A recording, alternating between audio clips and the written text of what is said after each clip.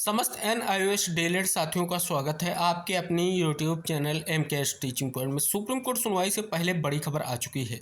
NCT व अन्य को जो नोटिस जारी किया गया था, क्या जवाब आया है, इसको लेकर के ऑफिस रिपोर्ट से बड़ी खबर निकल कर आ रही है। क्या कुछ निष्कर्ष निकल कर आ रहा है, आपको इस वीडियो के माध्यम से अवगत कराएंगे। निवेदन करेंगे आप वीडियो को अंत तक जरूर देखें और सभी साथियों को शेयर करें।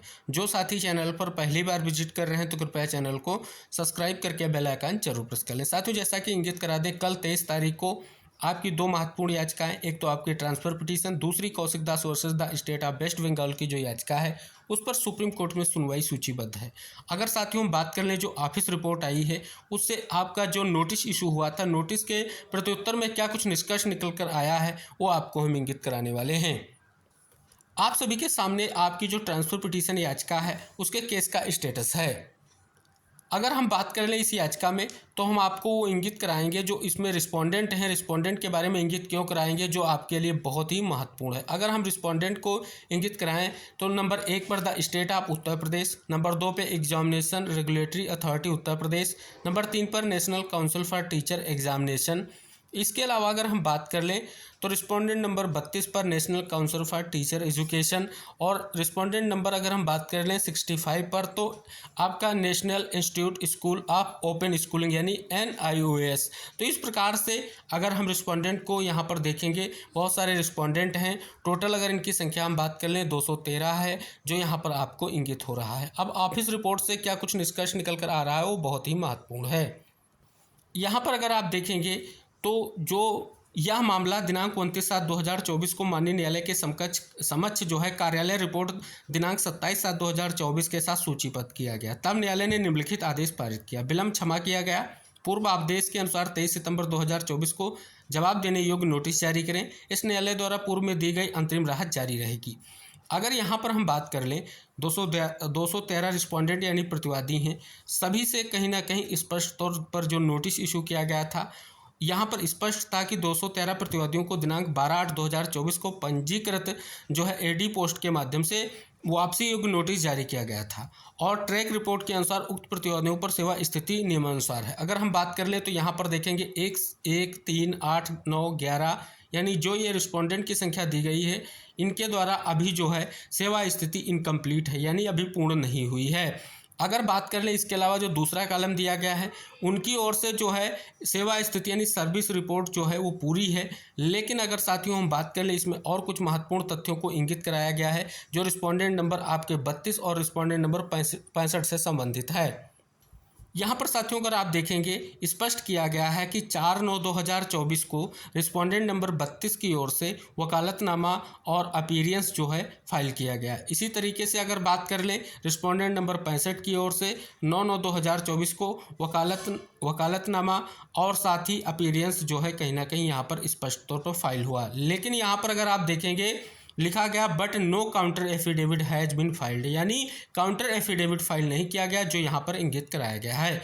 अब इसके अलावा साथियों बात कर लें, जो यहाँ पर को स्पष्ट तौर पर इंगित हो रहा है कि वकालतनामा जो है लेकिन कोई जवाब नहीं मिला है यानी स्पष्ट हो चुका है। आगे साथियों यहाँ पर अगर आप देखेंगे स्पष्ट तौर पर अंत में यह प्रस्तुत किया गया है कि याचिकाकर्ता के वकील ने 7/9/2024 को एक आवेदन दायर किया है। SLP संख्या 19-139/2024 को शीर्षक स्थानांतरण याचिका, यानी अगर हम बात कर लें 1995-1997 से डी टैग करना, यानी अगर आप सभी को इंगित करा दें जो ये SLP संख्या की बात की जा रही है, ये साथियों विशेष तौर पर आप सभी को पता है डी टैग करने को लेकर के क्यों बात की जा रही है। इस SLP संख्या के बारे में भी हम आपको इंगित कराएंगे कि क्या ये SLP संख्या है जो डी टैग करने को लेकर के यहाँ पर विशेष तौर पर बात की गई है। जो SLP संख्या आपको ऑफिस रिपोर्ट में दिख रही है वो यहाँ पर आपको दिख रही है 019-139। तो साथियों ये कौन सी याचिका है, तो साथियों यहाँ पर अगर आप देखेंगे ये वही याचिका है Kaushik Das versus the state of West Bengal की, जिसका डायरी नंबर 35-001 है। तो देख सकते हैं स्पष्ट किया गया है कि यहाँ पर जो है 19-139/2024 को शीर्षक स्थानांतरण याचिका जो है से डी टैग कराना है। यानी अगर बात कर लें ट्रांसफर पिटीशन याचिका में डी टैग हुई थी तो डी टैग कराने को लेकर के यहाँ पर IA की बात की गई, IA नंबर दिया गया है। साथ ही लिखा गया नोटरी केट फाइलिंग से छूट मांगने वाले आवेदन के साथ हलफनामा, IA नंबर दिया गया है। इससे पहले उक्त आवेदन दोषपूर्ण थे इसलिए वही जो है अपंजीकृत आईए नंबर दिया गया है और साथ ही स्पष्ट तौर पर आगे इंगित कराया गया है के रूप में प्रसारित किया जाए।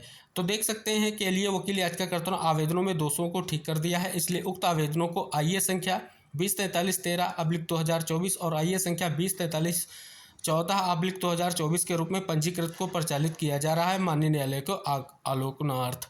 अब देख सकते हैं विशेष तौर पर यहाँ पर स्पष्ट तौर पर 1, 3, 8, 9 जो रिस्पॉन्डेंट पर सेवा पूर्ण नहीं है और साथ ही देख सकते हैं विशेष तौर पर इंगित कराया उपरोक्त आवेदनों सहित यह मामला माननीय न्यायालय के समकक्ष सूचीबद्ध कार्यालय रिपोर्ट। तो देख सकते हैं 21 सितंबर 2024 की जो आपकी देखेंगे स्पष्ट तौर पर ऑफिस रिपोर्ट है, इसके साथ हम मामला 23 सितंबर को सूचीबद्ध हो चुका है।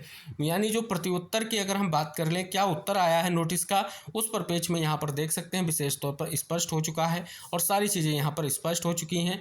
कहीं ना कहीं अगर आप देखेंगे जवाबी हलफनामा अभी तक तैयार नहीं हुआ, क्या निष्कर्ष निकलेगा सुनवाई का, सभी को इसका इंतजार है। तो साथियों जैसा कि आपने यहाँ पर पूरी ऑफिस रिपोर्ट का अवलोकन किया गया है और आपने देखा है विशेष तौर पर क्या कुछ निष्कर्ष निकल कर आ रहा है। आपके लिए ये महत्वपूर्ण है क्योंकि कल एक महत्वपूर्ण सुनवाई आप सभी की होने जा रही है। अब कोर्ट में सुनवाई होगी और ओपन कोर्ट में सुनवाई को लेकर के केस लग चुका है, क्योंकि जो पिछली डेट लगी थी उसमें जो है चैम्बर में सुनवाई को लेकर के केस सूचीबद्ध किया गया था, जिसमें साथियों देख सकते हैं क्या कुछ निष्कर्ष था, डीटैक वगैरह की स्थितियों को यहाँ पर स्पष्ट किया गया है। तो विशेष तौर पर अभी दोनों याचिकाओं पर अगर हम बात कर लें, विशेष तौर पर सुनवाई कल की डेट में सूचीबद्ध है। विशेष तौर पर याचिका जो है डिटेक्ट कराने का प्रयास यही है कि कौशिक दास जी की याचिका जो है डिटेक्ट कराने का जो कहीं ना कहीं निष्कर्ष यहाँ पर ऑफिस रिपोर्ट से भी निकलकर सामने आ रहा है।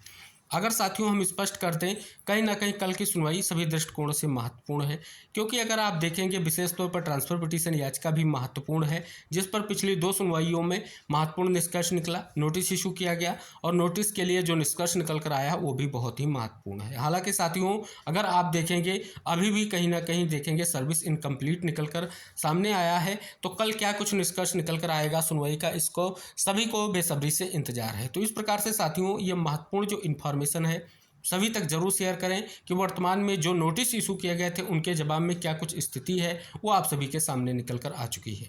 तो आप इस वीडियो से जुड़े अन्य साथियों को भी शेयर करें। से साथियों आप सभी लोगों के लिए जो भी महत्वपूर्ण इन्फॉर्मेशन निकल कर आएगी आपको जरूर हम इंगित कराएंगे और उम्मीद करेंगे कल ओपन कोर्ट में आप सभी लोगों के लिए महत्वपूर्ण बहस हो और जिससे निष्कर्ष निकल कर आने की जो संभावनाएं हैं वो स्पष्ट हो सके। तो मिलते हैं नेक्स्ट अपडेट के साथ नेक्स्ट वीडियो में, तब तक के लिए टेक केयर, बाय बाय साथियों।